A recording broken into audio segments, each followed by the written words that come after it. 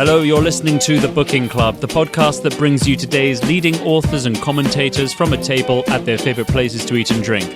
I'm your host, Jack Aldane. My guest on this episode is Jim Al-Khalili, physicist, author and broadcaster, with whom I'll be discussing his latest book, The Joy of Science.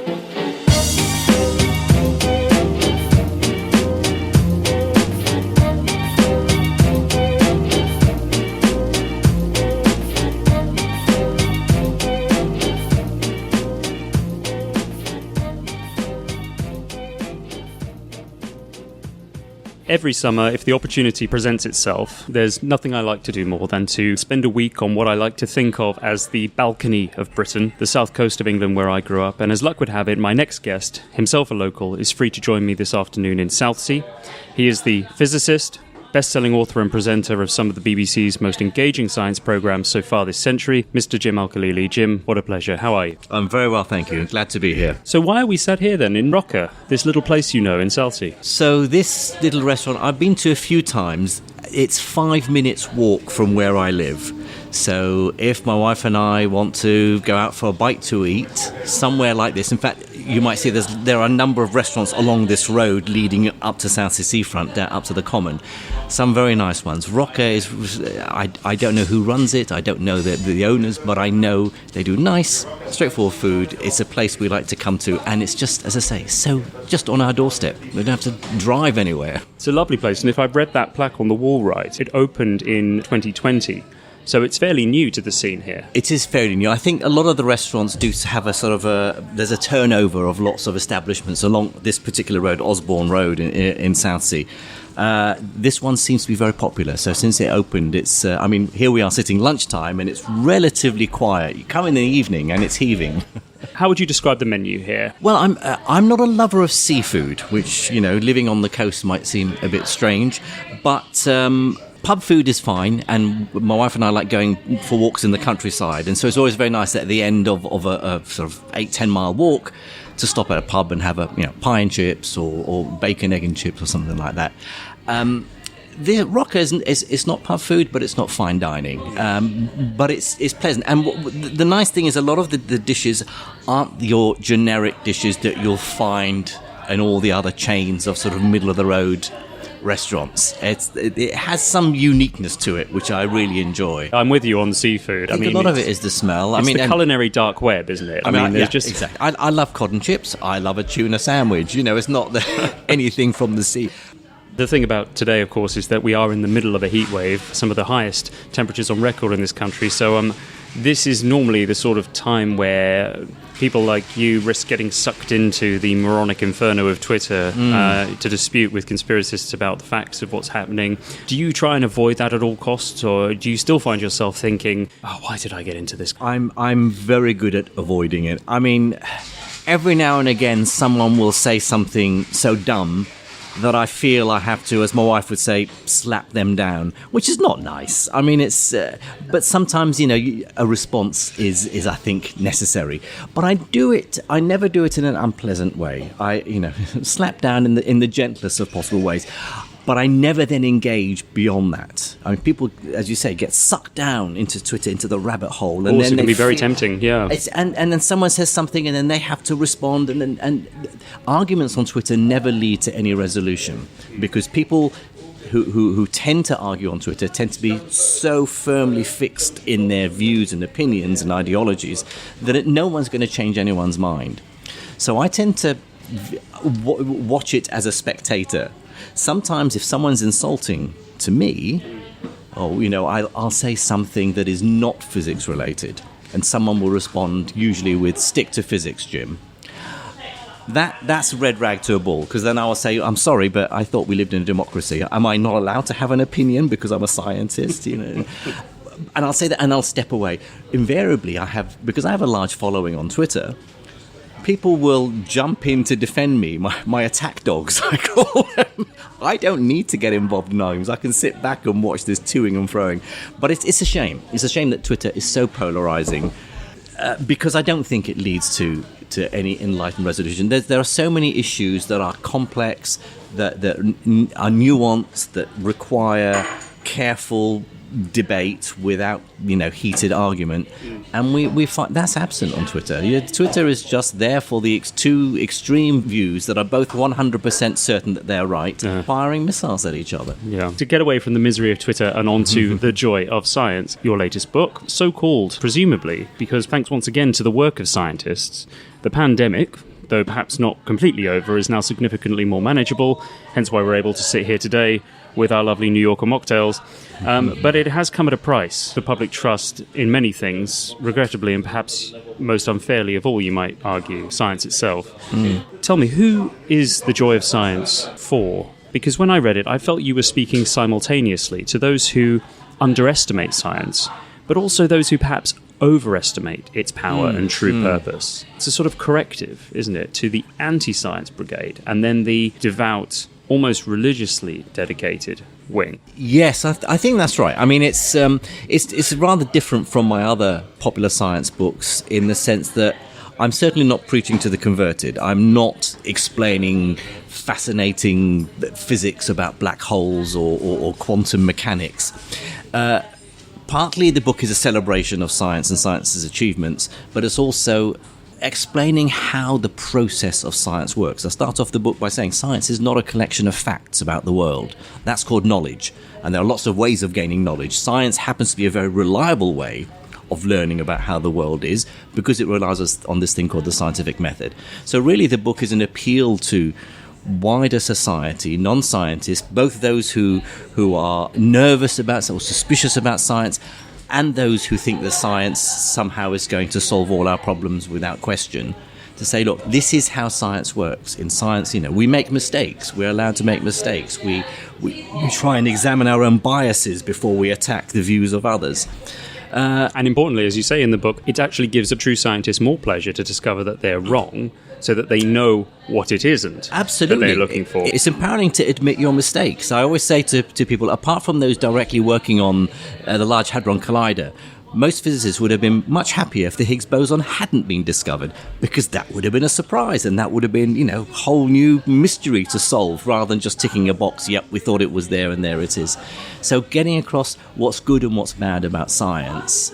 And I think you're right, the pandemic really has highlighted the need for society to be more scientifically literate, not in the sense of, understanding stuff about quantum mechanics or astronomy or genetics, but simply appreciating what science can and can't do and how science works, rather than just watching an advert about some new yogurt or some new face cream, and because it's spoken by someone in a white lab coat or because it has some chemical name attached to it, suddenly that's good science. Not all science is good science. So it's really, how do we discriminate? How do we trust? And who do we trust when we read something about some scientific or technological achievement? The philosopher Simone Weil called the true definition of science the study of the beauty of the world. She also said, truth is not sought because it is truth, but because it is good. Would you agree with either of those statements or both? I think so, to a large extent. I'm not sure. I mean, I suspect many other physicists, we do what we do, trying to understand the workings of the universe, certainly because we believe there is a truth out there. There's an objective truth about the way the world is. We may never reach it. We may only ever perceive it through our own senses, so it's maybe somewhat subjective. But there is a truth about the way things are. Whether it's the structure of matter or the origins of the universe or the meaning of life. And so we do seek that truth because we believe we can get closer to it.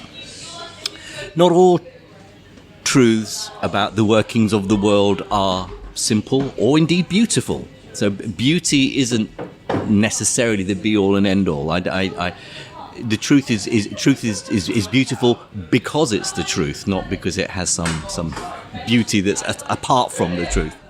Take us through the scientific method, the thing that you lay out very clearly in the book, because, as you say, it's the scientific method that defines science more than the certainty that people often assume is the key goal of science. Take us through what characterizes the method. Yes, I mean, that is, I think, the most important message, that science is a way of learning, a way of gaining knowledge about the world. And not all science is good. Not all scientists, scientists are people after all, so they have their own biases and ideological views. A scientist wants their theory to be right or the experiment to be right. That doesn't necessarily make it right. But because science is this collective process whereby we reach consensus about the way things are, it's self-correcting. And when we arrive at an explanation or a theory, if we're doing good science, we have to acknowledge that may not be the final answer. It may not be the truth. We might even be barking up the wrong tree entirely. What we say is we have an idea, a theory, a hypothesis that satisfies all the criteria of a good scientific theory. It makes predictions. It's falsifiable. You can test it, and if it's wrong, you have to get rid of it, change it in some way. But a theory doesn't necessarily mean the truth. So a lot of people see, scientific truth as being the truth of the results of an experiment or the truth of a mathematical equation or a scientific theory.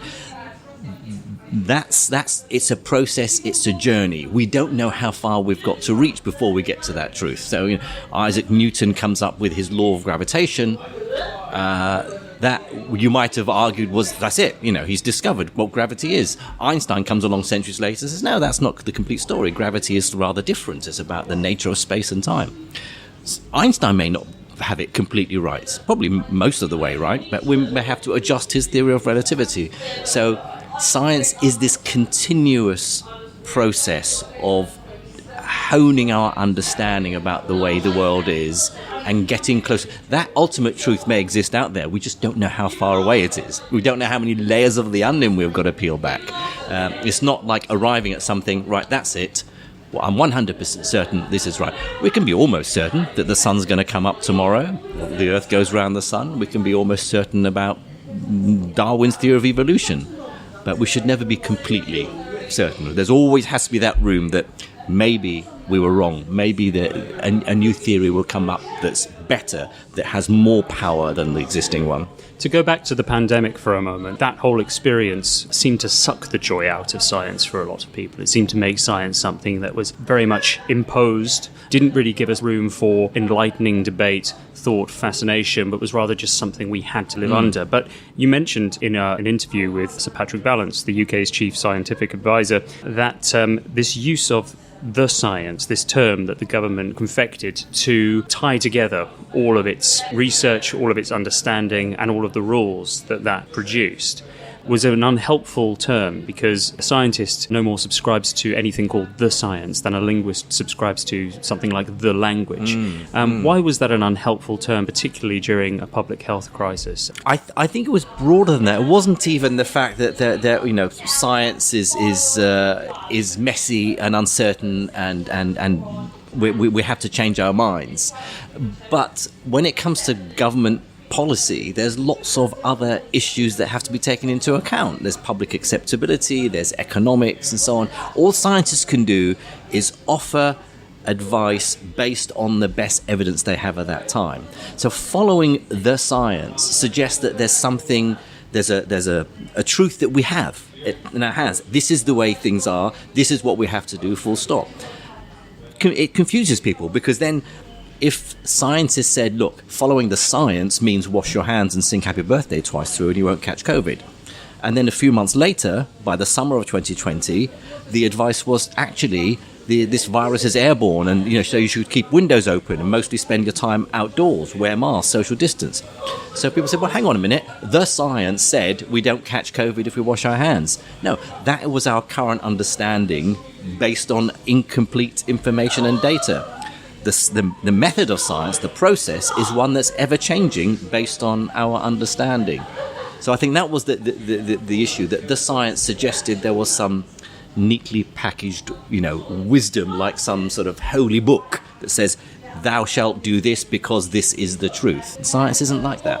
What would most improve communication from government around scientific discovery, the scientific method, especially where it informs public policy? Yeah, I mean, I think a lot of scientists will say we need more science and engineering graduates going into politics. And that was something you spoke to Patrick Vallance about, Yeah, wasn't it? Did he say the fast track to the civil service takes in about there's like tiny. 10% of people with a scientific background? Tiny fraction. And we certainly need that. But I think, given the reality of the people who will go into politics, they're more likely to be from the arts and humanities, whether it's Oxford PPE graduates or whatever, or economists or historians. That's fine. What is important is that politicians and policymakers and civil servants need to understand the scientific method. They don't need to understand science. They don't need to be experts in a particular field in science or to have studied science at university. They need to understand how science works. So all those lessons I talk about in my book, examining your biases, admitting your mistakes when you realize your mistake, changing your mind is okay, pursuing sort of the nature of truth, never being certain about something. Politicians, I mean, I always say, wouldn't it be refreshing if politicians could admit their mistakes when they were wrong, because for science it's really empowering to say, actually, no, I was wrong all along. I didn't have this bit of information. I've changed my mind, like we did with the public policy on during the pandemic. But politicians just need to be aware of how science works, not to be suspicious of science or afraid of scientists or see scientists as some other species. It helps when we have politicians who trust the scientific advice. And we have seen that with the SAGE committee, with people like Patrick Vallance as a science advisor. Every department in government should have a scientific advisor. That doesn't mean that everything we do has to rely solely on scientific evidence, but scientific evidence is as important as economic evidence, as important as public acceptability. It's part of the mix. You've advocated for a dedicated science minister in the UK government. The idea of a science minister, of course, raises some pretty serious ethical questions about how much a person in that role could effectively keep politics out of science whilst also keeping science firmly in politics. But isn't there also a danger that a minister of science could be tempted to use their power to beat rational thought into the public? I mean, the big dilemma government faced throughout the pandemic was how they squared the belief in the value of freedom with optimizing the chances of saving the most lives possible, that sort of utilitarian calculus. How would a science minister avoid making that calculus the yardstick by which all policy should be measured? I'm not sure. I'd be as concerned about avoiding going down that utilitarian route of we've got to maximize the benefits for most people at the expense of personal freedoms. I think rational argument about what is right and what is wrong has to be something we focus on. A science minister's job is to do that, is to fight that corner.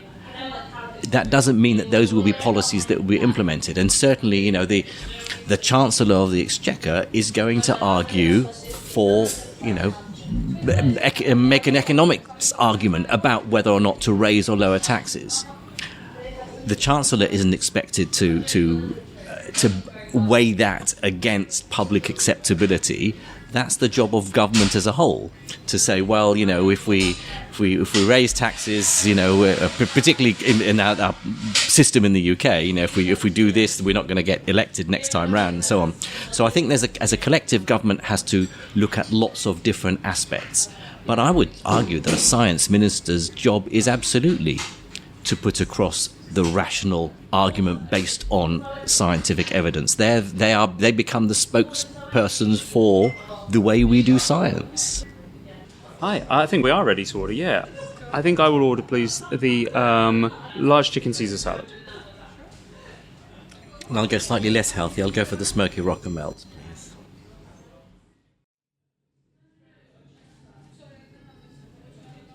Thank you very much. One point you make in the book is that you don't lose out on awe or wonder at the world simply by interrogating the world as a material phenomenon. You mentioned that rather famous poem by Walt Whitman. It's the learned astronomer, isn't it? I've had that reaction when I've started to talk about science, particularly at a gathering, at a party. The shutters come down, Jim's being all Mr. Spock on us. The idea that science is cold, hard rationalism, that it's based on logic, there's no room for creativity or mystery or emotion. And of course, that's completely wrong. There's so much that science adds to our appreciation of the world. There's a joy in learning about how the world works through science that is, I say that in the book, it's almost spiritual in a non-religious sense. But people, whether their experience of science education at school, or they weren't good at science, usually probably because they didn't have a good science teacher, science has become this thing that's done by people with no personality, the geekiness, the nerdiness of science, and that's seen as a negative. And yet science is so broad, it's so varied, and it takes all sorts of people to do all sorts of different kinds of science. But what we learn about the world through science adds to our appreciation of it. And Richard Feynman, the great American physicist, says it doesn't detract. If you learn something about the way something is, where you look up at a starry night, if you understand those stars are hundreds of light years away, they're giant, blobs of gas that's in superheated, and the nuclear reactions are going on the side. That doesn't lessen your enjoyment of the night sky. Understanding biology doesn't lessen your appreciation of a beautiful flower. It adds to it. And so in the book, I use the example of the rainbow to show that appreciating the beauty of some natural phenomenon doesn't suffer if we know more about how that natural phenomenon comes about. So the rainbow, for example, you look at the beautiful colors in the sky, you might think that a scientist comes along and tries to sort of unpack that. But of course, the one thing I talk about in the book is, for example, two people standing alongside each other looking at a rainbow are looking at different rainbows. No two people see the same rainbow. We each see our own unique rainbow. And that's because those droplets of rain that, for example, are reflecting red light in a particular direction, that red light is entering my eye and my eye alone. It's a different droplet of water that's reflecting red light into somebody else's eyes. So just understanding a bit about the science of rainbows makes it even more beautiful, even more wondrous than simply appreciating the colors. Let's talk about bad science that we live with every day, which you feel hasn't yet been fully exposed for what it is. Bad science which is potentially harmless, but may cause people to waste a lot of their money, whether it's a particular cosmetic product, stuff that goes under the radar. Is there anything? For me, my pet dislike, I think, is alternative medicine. A lot of these remedies are couched in semi-pseudo-scientific language and are made to sound like they're established. And absolutely things like acupuncture and homeopathy and Reiki healing, sort of has a spiritual dimension. My argument was always, you call them alternative medicine because, mainstream medicine hasn't worked and people appeal to these other remedies. If there was proof that they worked, they wouldn't be called alternative medicine. They would just be called medicine. But the fact is, not only do we not have evidence, and this comes down to what is good and what is bad science, and what do you regard as good evidence for something and good statistics. Are you doing double-blind clinical trials? How biased are you? Do you have some vested interest in seeing a particular result? All the things we try and avoid if we're doing science very well infect some of these ideas. But the other aspect is that there isn't an explanation for, say, how homeopathy might work. It's against everything we understand in science. Now, the non-scientists will say, look, you scientists don't know everything. There's stuff that you still have to figure out. How do you know? This isn't one of those things. Homeopathy works, we just don't know how. The issue is that if homeopathy did work, then it must rely on something other than our current understanding of science. In fact, it's worse than that. It suggests our current understanding of how the world works through science is wrong, because the same mechanisms or explanations or theories that will say homeopathy can't work are the ones that explain so much so accurately about the rest of the world. We wouldn't have the modern world without those theories. Well, if they're wrong about something, then they're wrong. And therefore, what is the alternative? What is the better theory that explains everything that we explain so successfully now, but also has an explanation for something like homeopathy, regardless of logic and common sense?